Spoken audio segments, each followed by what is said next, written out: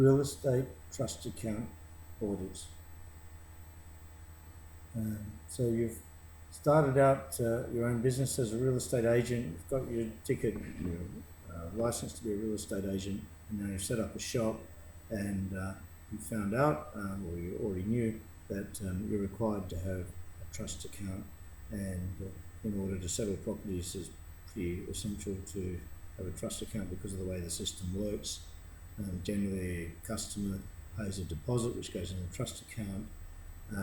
Perhaps 60 or 90 days later the bank settles it out, and that doesn't go through the trust account usually, but the real estate agent will deduct various fees and advertising and such like from the trust monies, and then pass the rest on to the vendor at settlement, plus the bank account that the bank loan from the purchaser will be settled out. So this, and also if you're running rental properties, then you receive rent from the client, it goes into a trust account, and then you need to pay the balance of proceeds back to the owner after deducting certain things which you need to be paid in the course of operating a rental property. Okay, so now you've found out you need to have a trust account, and you need to have the trust account audited. And what does that mean to you? Look around the various legislations of every state, and you find out that the real estate agent's trust account has to be reconciled at least once a month. And you find there's a whole bunch of other little rules as well. You have to bank your deposits usually within 7 days, and you have to have not negotiable written on the checks and so on and so on. But there's a whole bunch of rules. But the big one is that you have to have it reconciled. So suddenly all these real estate agents are saying reconciled. Well, unfortunately, these audit processes are set up by accountants and not real estate agents. So accountants have a whole bunch of accounting theory and so on that they incorporate in the planning of their audit and their audit systems. And one of the really big controls in accounting is reconciliations of bank accounts. Okay, so it's absolutely essential to have your bank account reconciled at least once a month, and you also need to do it at the end of the financial year, which in some states is 30th of June, and some states have a date which corresponds to the date that you start operating a trust account. So at the end of the year, basically, you need to have it reconciled as well, in particular because probably the law requires within 2 to 3 months after the end of that date that you call in an auditor, and the auditor has to issue a report that is unqualified or qualified, but hopefully unqualified, saying that the real estate agent's trust account is reconciled and correct. So reconciliation becomes a big issue. And what does that mean? Okay, well, it's not actually as simple as it sounds. Reconciliation is a job that many accountants and bookkeepers spend hundreds and hundreds of hours on every day. It takes a lot of concentration and nutting through and spotting errors and being meticulous in the way that they put entries into their ledger. But in short, you must run a ledger that records all of the transactions going in and out the trust account and enables you to reconcile them. Generally speaking, most people think reconciling a trust account is a matter of working out whether there's any outstanding checks or deposits at the end of the year. So let's look at the case here. I've got a couple of that I've started here. Okay, I've got here the bank statement. Let's just have a quick look at that. Okay, the bank statement here, I'll make it a bit bigger. The bank statement here for this RE agent trust account, that closing balance is wrong, so the dates are wrong as well. Well, look, normally one of the beauties of bank statements is that they're written by banks and they don't have errors on them, but I'm just making one up here, which is not real, and yes, it's got errors. So let's not look at those top figures. That generally most bank statements will have some information at the top, tell you the name of the account. It has to have the word trust account on it. It can't just be real estate agent or John Smith real estate agent or Freddie or whatever your name is. You have to go in the bank, and when you open up the trust account, you have to tell them it's a trust account. And most of the states will have legislation where the bank actually reports this to the various authorities so that the authorities know that someone's operating a trust account and collecting real estate monies through them. They've been notified already. So the clock's ticking now. All the rules kick in. People are going to know you must get your audit done within a certain period at the end of the financial year. You'll have your name on it. There's a few other advantages of having the bank know that your trust account is a trust account. And that is you're not allowed to have any fees charged to that trust account. So typically a business account would have, who knows, $10 or $20 a month deducted by the bank for bank fees. There could be some other fees coming out of it, overdraft fees, I don't know, bank account setup fees and whatever. Well, you're not allowed to do that in your trust account. If there's any fees have to be paid, you've got to pay them from the business's money. So those fees, you make arrangements that they come out of your own account. So if the bank wants to have whatever it is, $20 a month to run this account for you, we can't have a situation where John pays rent of $1,000, you take your $100, 10% commission out of that, if you're lucky to get that good rate, and then pay $900 to Freddie, who's the owner of the property, find out, oh, the bank's just whipped out $20, there's only $880 left, oh, we've got problems, what are we going to do, go into overdraft? Well, you just can't do it. If there's anything going to come out of it, it has to come out of your own personal account. So it's actually a good thing for the audit process. Anything that's got nothing to do with this bank account, this real estate trust account, don't put it in that bank account. Put it in some other account. Whatever one, probably the auditors don't want to know what else you're doing. And maybe in some cases they might ask you a few questions about some of the things you're doing. But generally speaking, you definitely don't want to put a whole bunch of irrelevant transactions, credit card payments or whatever, in a trust account that's getting audited, because it could mean that the auditor is going to incur more time to go through these transactions, which he doesn't need to. He or she, when I say he, I mean he or she. He or she doesn't mean to, because he or she doesn't need to, because he's going to just look at the trust account transactions. Why pay him whatever he charges per hour to look at transactions that are not required? I doubt that you're having this audit just for the fun of it, so you want to minimise it. Just get the work done that's necessary. That's a good idea. That's a good tip for you. Okay, so you keep all of your bank other stuff out. Okay, now in this case here, we've got the balance of the account as at the 30th of June, or 29th of June in this case, which the June was in fact, just say it's the 30th of June, because I've extrapolated this, I'm assuming it's 2017, which hasn't happened yet. I haven't checked what date the 29th is. Is $515. Now, if we look over here, I've done some really here, and you can see, let's just bring it up. I've got some unpresented checks.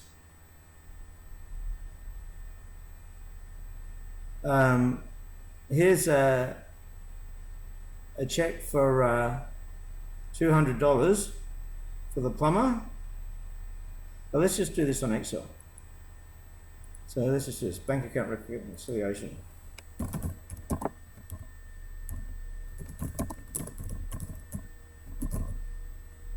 Okay, we take the bank balance.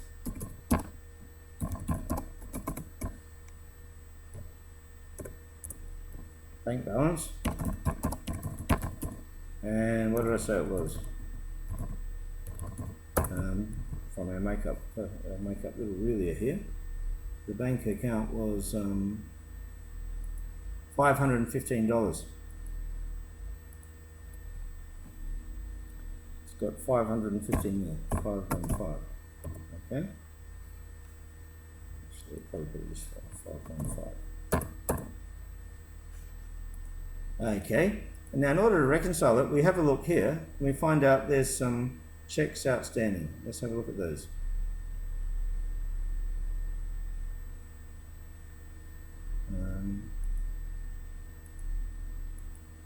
Make that a bit bigger.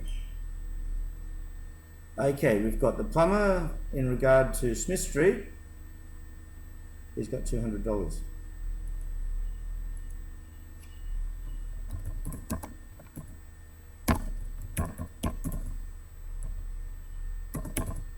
Just let me get what that sheet number was. That's 459. So CN, or check number.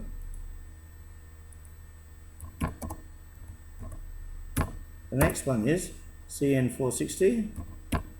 We've checked the bank statement, and these ones haven't been passed through the bank account yet. So what's happened? You've posted the check off. Maybe it's still in the mail, or for some reason or other, the bookkeeper at the place for the company that gets this has not had time to put it in the bank yet to fill out a deposit that can go to the bank. So it's still sitting on their desk. It hasn't appeared on the statement yet. Here's another one. It's in regard to council rates, and I should have given it a property, but let's just say council rates is 400 anyway. That's 466 council rates. Maybe we'll call it Smith Street. And another one is 461. This is a rent commission.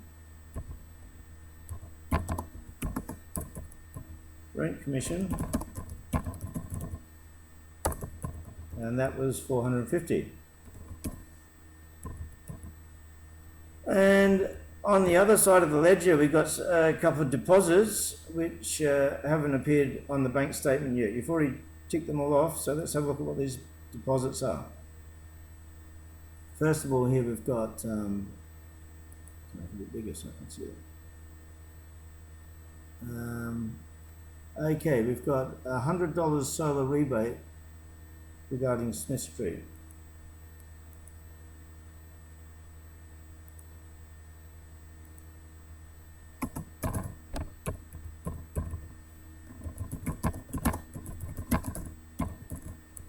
And the date on that was 20th. I think I've got to check it. I think it's, I didn't read it. So we'll say it's 20th of 6th. I think it's the 30th. We'll say 30th of 6th. Okay, next one we got is Smith Street rent. I paid $2,000 for rent. So that was on 22/6. And for some reason, I wrote 216 there. I meant 2017. There was 2,000 rent.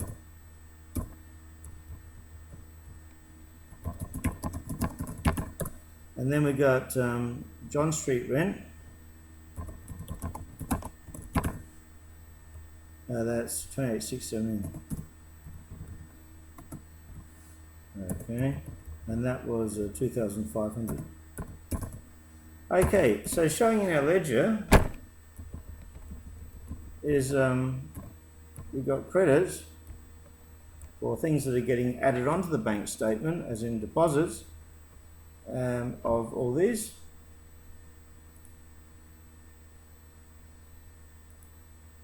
Let's put that back again. So I can add all that up.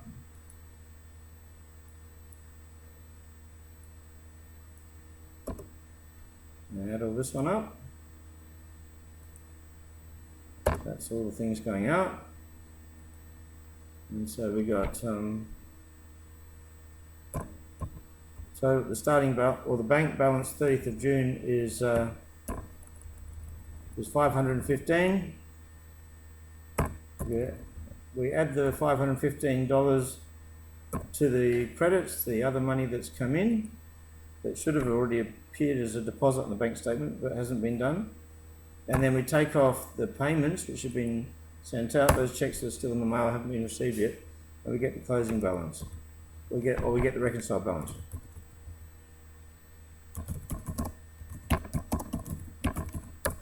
Okay, and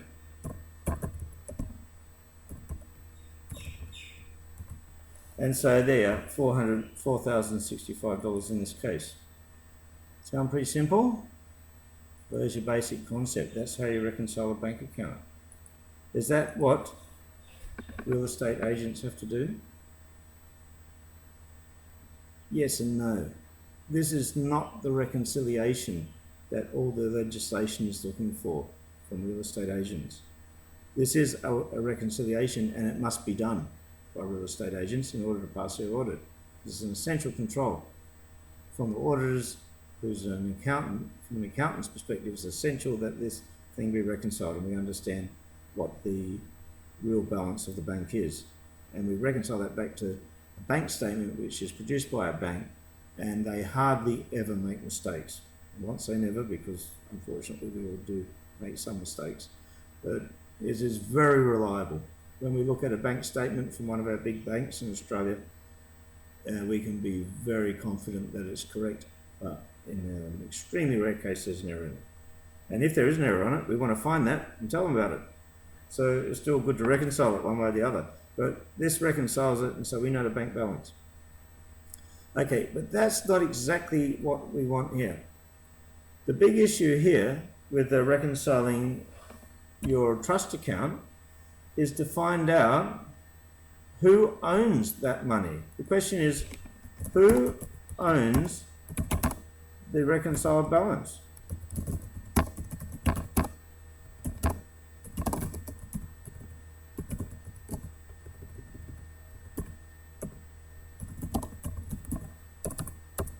Okay, so we got, let's say Smith Street. How are we going to do this? We go to Smith Street. We got property A, property B,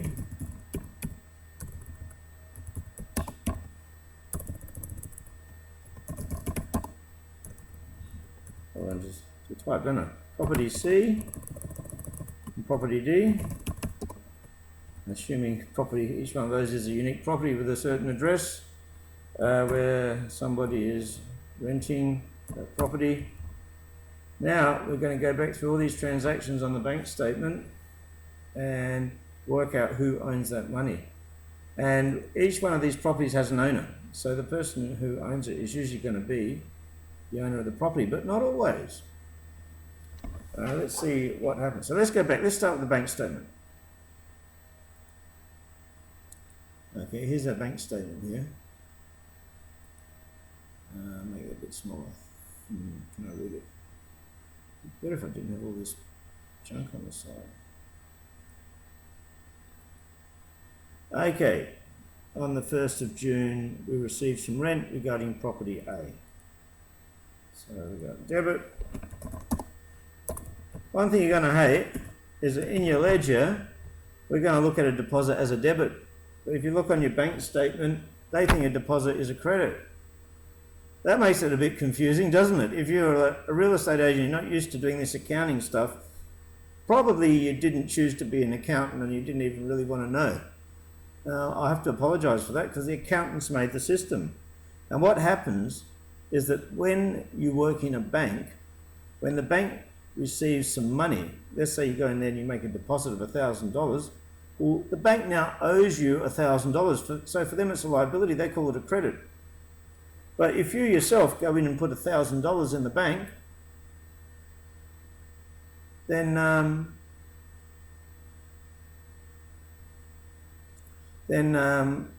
you have an asset. I mean, you can go and ask the bank to pay that back. So you want to call it debit from your own point of view. So now we're calling this a debit. So this first receipt of rent on the 1st of July, up here, sorry, the 1st of June, we got some rent. We call it $1,000 deposit. Next thing happened is that on the 1st of June, we sent a check for $900 to owner. That's a payment.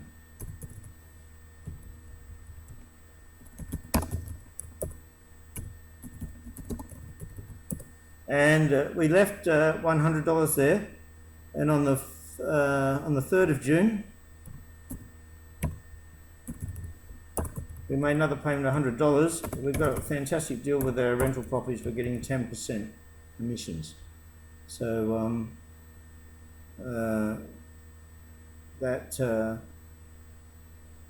means that's the RE, which is your business, or the real estate, or real estate agent. He got $100. Okay, so based on all that, well, we can do is leave a few lines actually. I'll make that a bit lower. A few more lines.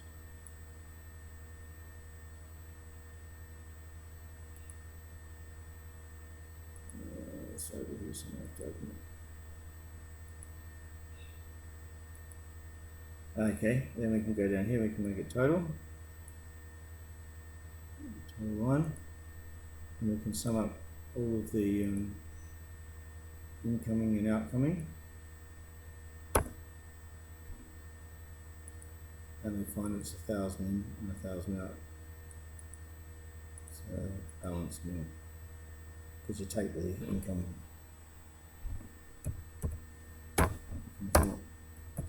Okay, let's see what happened next. On 4th of July, or the 4th of June, we got 1,000 rent for property B.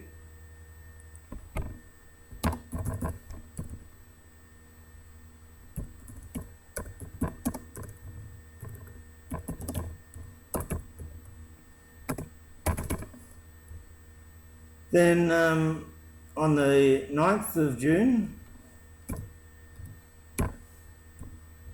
we paid 900, so to the owner, not 9,000. Make any typos like that while you're working on your trust account, it won't reconcile. So you want to pick them up pretty quick. You need to double check it is reconciled at the end of each month, because if you let it get out month to month, then at the end of the year it becomes a very difficult job to find when it went wrong. So you need to double check it's fully reconciled at the end of each month. If you get out of reconciliation, you should contact a professional, an accountant or an auditor, or myself, and ask me to come and help you reconcile it, to get it right straight away. A stitch in time saves 9. You will save in the long run, because once it gets out, especially if you keep making the same sorts of errors that got out in the first place, the errors compound and it becomes an absolute bag of spaghetti and very difficult to reconcile in some cases, with thousands of hours of work involved. So if it gets a little bit out, or you need some extra training, get it early, get it running right, save yourself a lot of headache and heartache and time and money, and be happy and enjoy your weekends, because you won't be stressed about things.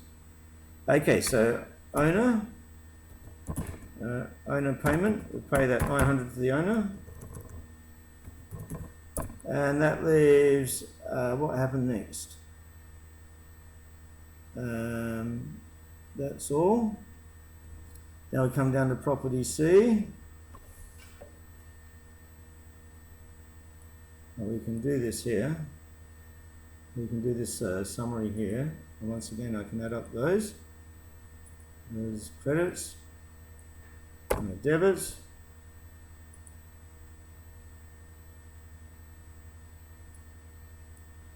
Now what we find out is that it's 1,000 take 900.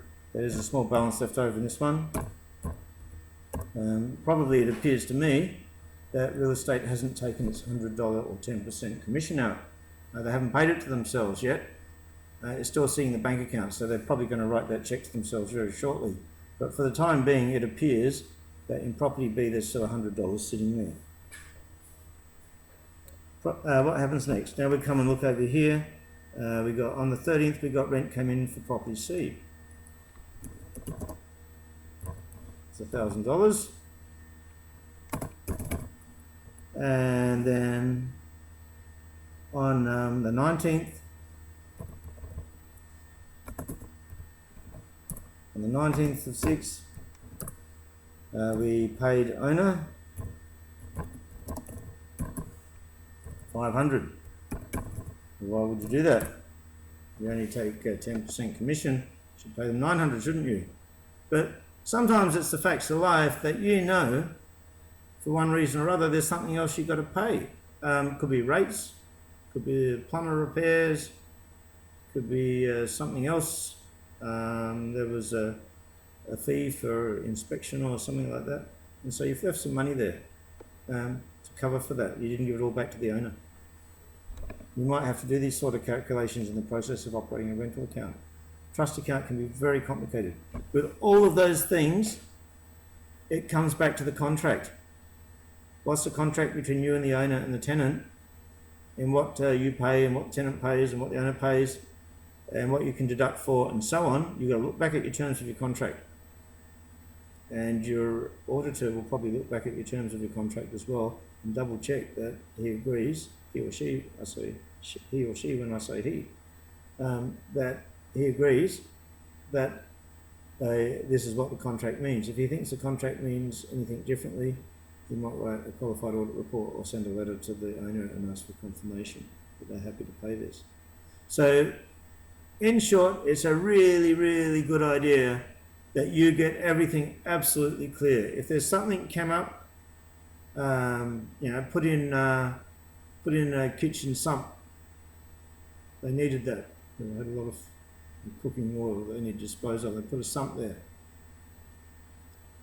Is it the tenant's job to pay for that, or the real estate agent's? Oh, not the real estate. Well, is it the tenant's job to pay for it, or the owner's job to pay for that? Whose responsibility is it? Well, it depends on what they agreed on. You want to pass that email around or that letter around and make sure that everybody is in agreement that it's his or hers duty to pay that. If you just go out and pay it yourself and they haven't agreed on it, you've stuck your neck out. You might end up paying it for yourself because it could be seen as an illegal drawing from the trust account.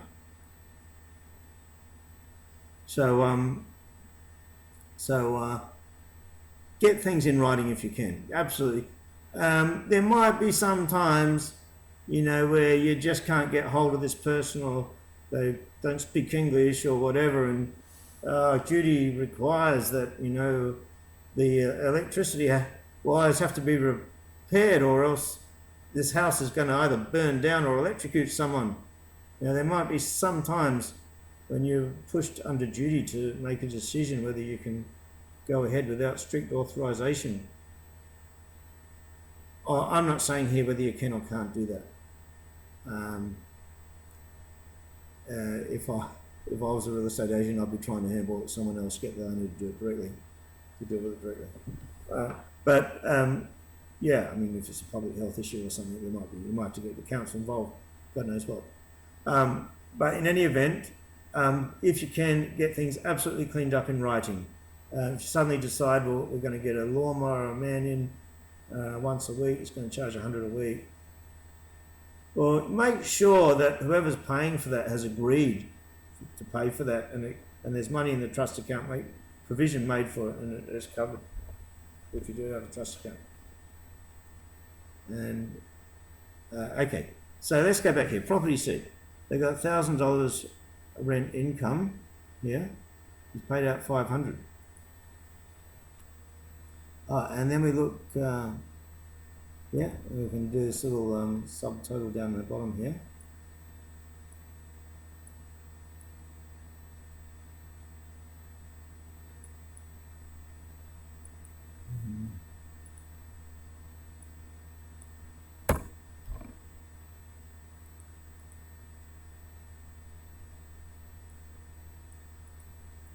Okay, and in this case, there's still 500 left in the trust account because the only thing that's come out is that 500, 1,000 came in. So property C owner, the owner of property C still has $500 in the trust account. And then property D, we've got over here on the 19th, and some $1,000 rent came in, and a $900 payment to owner.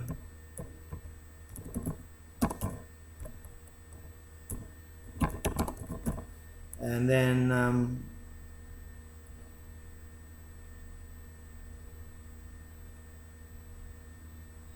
Oh look, I've actually called that property D repair. I've made a mistake, haven't I? Because that should have been property C, that $400 repair. On if we look down here, well, let's do the next one first. E, credit from Gardner. Okay, in property E. Okay, what's happened is that the gardener's gone out in the property, and while he was there, he broke the tap with his lawnmower. He ran over the top of it and broke it off. Maybe that's not a good example. He broke something else. He broke the fence post, and so he agreed that he would pay $215 to get that repaired. So we've got $215 come in here in property E, which is Gardner.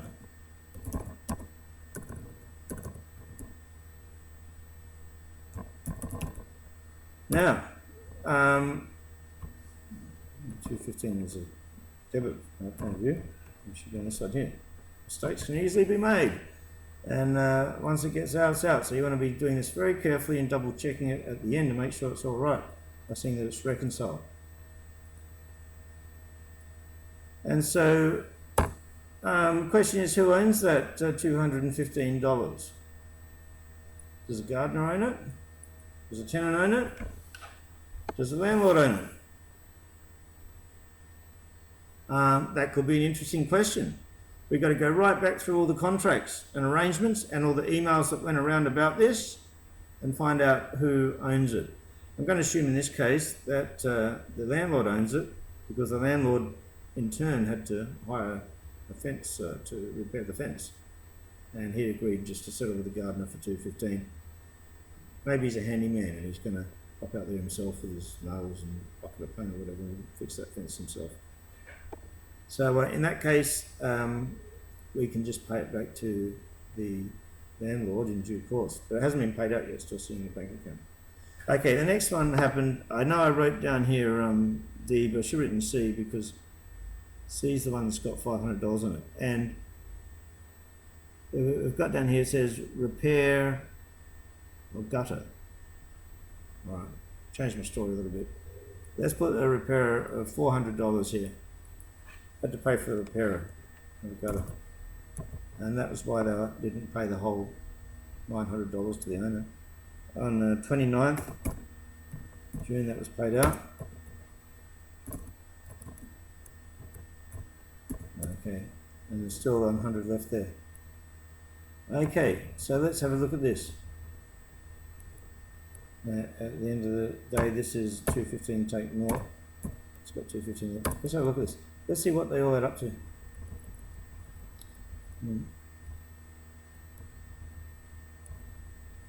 It's got naught.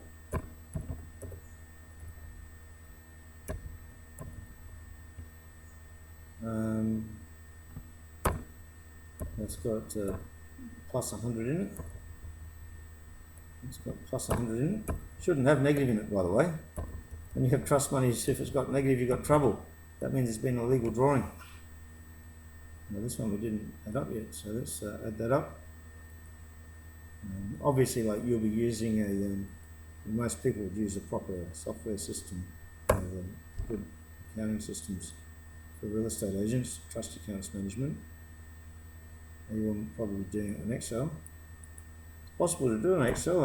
I'm not saying that you can't do it in Excel, but it's very difficult to control it and to be certain it's right. Perhaps in the case where there's very few transactions, 1 or 2 transactions or something, you might get away with Excel. Most times the real estate agents are going to need to go and hire a good software package, and there's a few different ones available. Probably not the purpose of this webinar to compare and contrast and make suggestions about which ones I like better. But I can tell you that I like ones that have a clear reconciliation report goes with it, but more importantly, ones that clearly understand what's being reconciled here. The main purpose of legislation is not to reconcile the bank account. The main purpose is to reconcile the total monies and know who owns them. Okay, so let's add all that up. This is the money we got here in all these trust accounts. and it adds up to 515. And guess what? Guess how much money we had in our bank statement? We got, go back to our bank reconciliation at the top here, we got 515. All that money is adding up to 515. I'd say I probably didn't plan this out perfectly because we need to assume that all these other transactions here are for other properties, and I'll have to work them back into the balances. Or actually, if we just assume they didn't happen, or let's say they happened in July. Go in July. That's thoroughly confusing, isn't it? If we say they happened in June, these checks outstanding, and you got minus that, and plus those.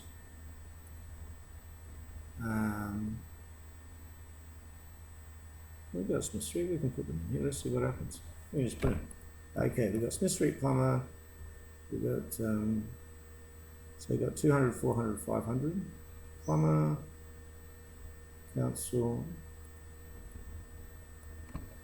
200, 400, 500. Plumber, what is it? Plumber, council, commission.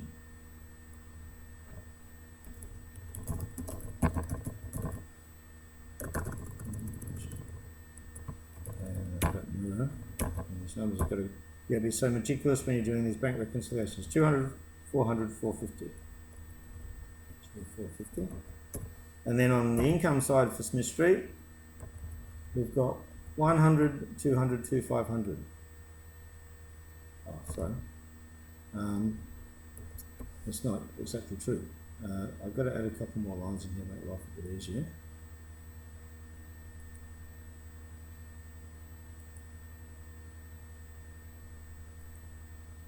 Okay, we've got rent. Where do we have that? We've got Smith Street, rent, solar rebate.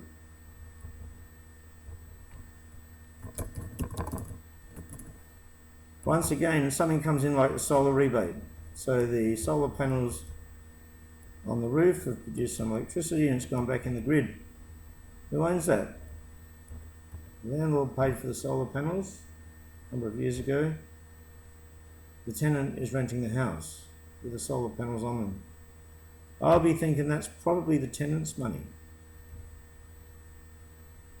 I reckon that solar rebate is probably the tenant's money because they're paying the electricity bill. And they've rented the whole entire house, including the solar panels, from the landlord.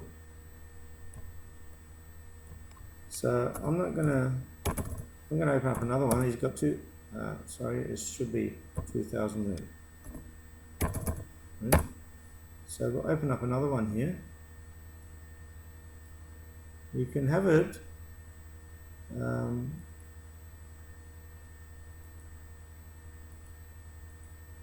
I want to call it Smith Street Tenant.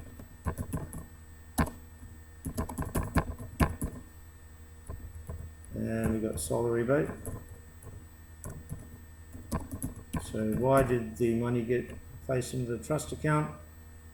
Well, the check arrived and they didn't know what to do with it. So, it'd be proper to put it in the trust account, I think. When the check arrived, it came from the electricity department. That's their policy, is to send a check to the estate agent in this particular electricity company. And they got 100, which is a solar rebate. 1,100. So that has to be paid to Smith, tenant. Not Smith the owner, but Smith the tenant. Their tenant who's Smith tenant, let's call it Smith Street tenant, name Mary. It has to be paid to Mary. We call it a name to try and make it a bit less confusing for you. So let's have a look. Let's make a total here.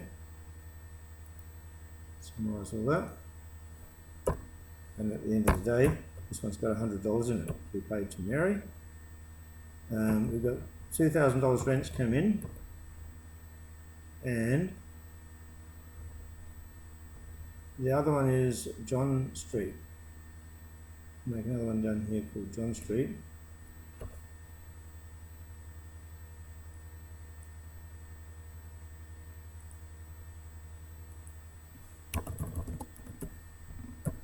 and he got some rent. It's still, the checks arrived. It's sitting on the counter, 2,500. Checks arrived there, but secretary hasn't had time to run down the bank yet and put it in. So it's a reconciled deposit, and that's still got $2,500 there. Now, we got all this. Oh, don't forget, we've got to put the reconciled payments in as well. Let's just go back up there and see what that is. We've got Smith Street's got a $200 check. Did I put that in there yet? Smith Street. Oh yeah. I didn't do the total yet. You got 200. Yeah, I did put that in. So let's just give that a total. I didn't do the total though. That has to be done.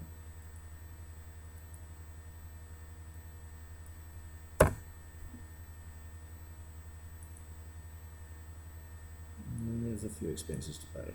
Sometimes it happens. Sometimes you run 5-6 months, you don't pay anything. And all of a sudden, all these bills come in. So $950 there in the Smith Street. So if I add these totals there, property A's got nothing in the trust account at the moment. Property B's got 100. Property C's got 100. Property D's got 100. Property E's got 215, and John Street's got 2,500. Now here comes the tricky bit. Here's like the $1 million bit. We want to add all this up and hope it reconciles. So let's see what all these people added together have got in the trust account, and that should give us the total balance of the trust account as per our reconciled balance before. Whoops. And what have we got here? Reconciled balance is 4065, and my balance is 3965. $200 missing. With that, so what happened with that? We've got a couple of things, $200. Smith Street, comma.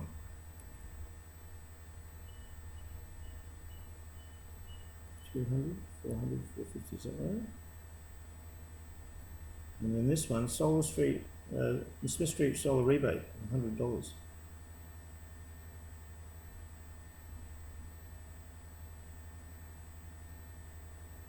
Mm-hmm. Ah, but we didn't add that in, did we? Yeah, that's part of the problem. We forgot to add that across. Let's just try that now. 4065 and 4065, that reconciles. We've reconciled our tenants back to the total of what the reconciled balance of our trust account is. So reconciling the trust account doesn't mean just a bank reconciliation. It means reconciling who owns that money with what's in the trust account, assuming all of the unpresented deposits and receipts were presented or taking them into account, one or the other. So that's your difficult task. First step is reconcile the bank account, and the second step is to work out whose money it is. Now, what I've found is that a lot of the publicly available real estate agents' trust account management systems are actually not really trust account management systems. They're real estate systems for real estate agents to do what they need to do, which is repair the properties and collect rent and blah, blah, blah. They're not necessarily designed to help the auditor audit the trust account. But what you find in legislation in all the states is that there is legislation you all have to have it audited.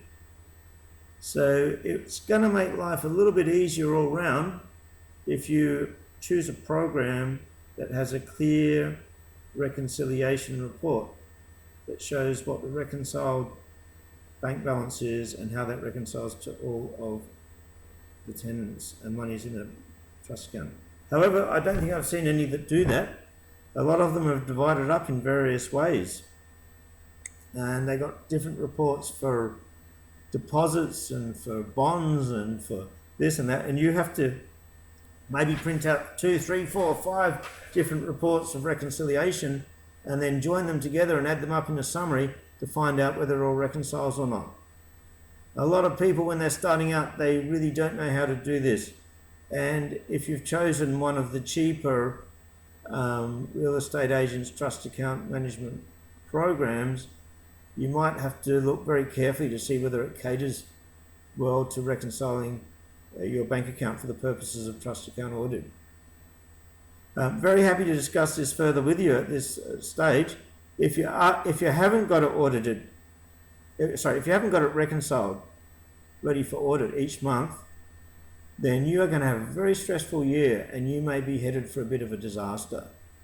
So keep on top of it. If you find after 1 month or 2 months that you can't work out how to basically get this report to summarize really simply what the reconciled bank balance is at the end of the month, and how that total tenants deposits monies held on behalf of other parties adds up to the total reconciled balance. If you can't do that, you may be committing all sorts of offences, and you may be I don't know if all sorts is the right expression. There may be offences because you mustn't have a negative balance in your trust account. You mustn't use money or post it to a wrong account or something like that. That can be an offence, because when the money's in there, it belongs to someone else, and that person who owns it has a legal right and entitlement to that money.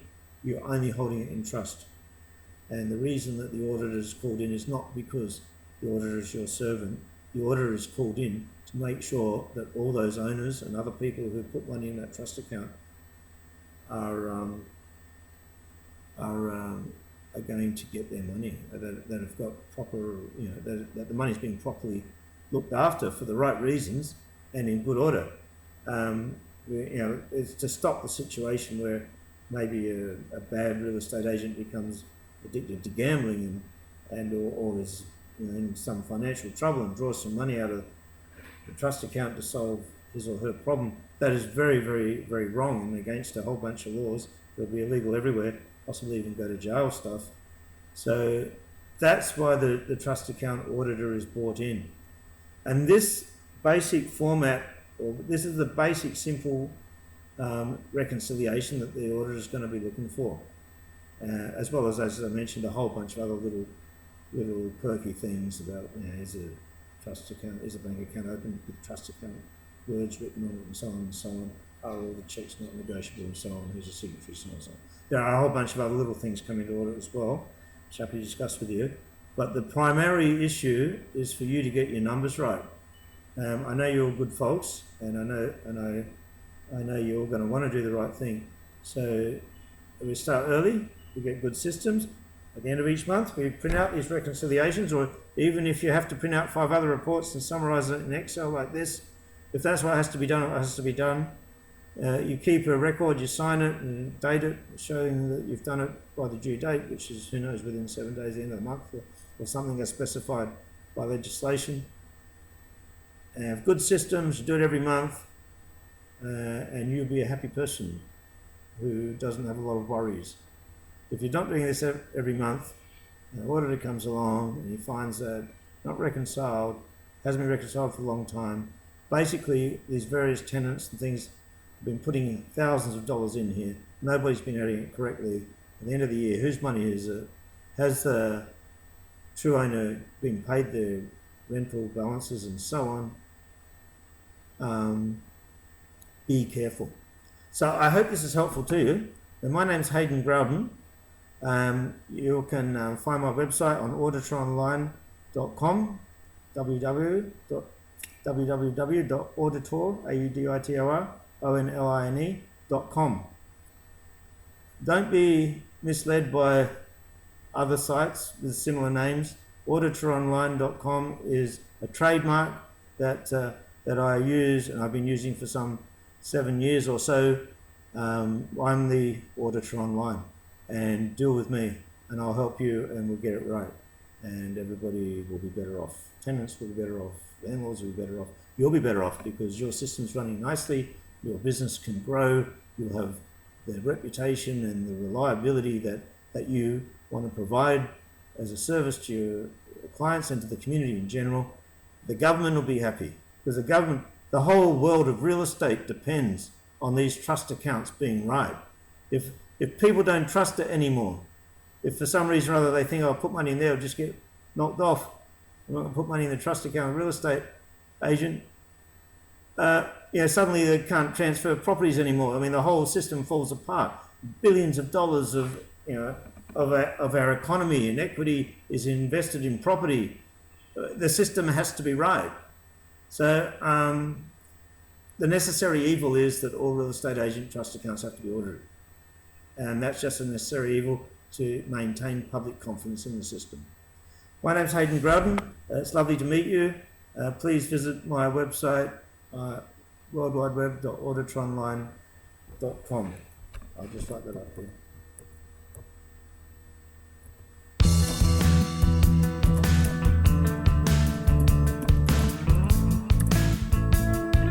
Okay.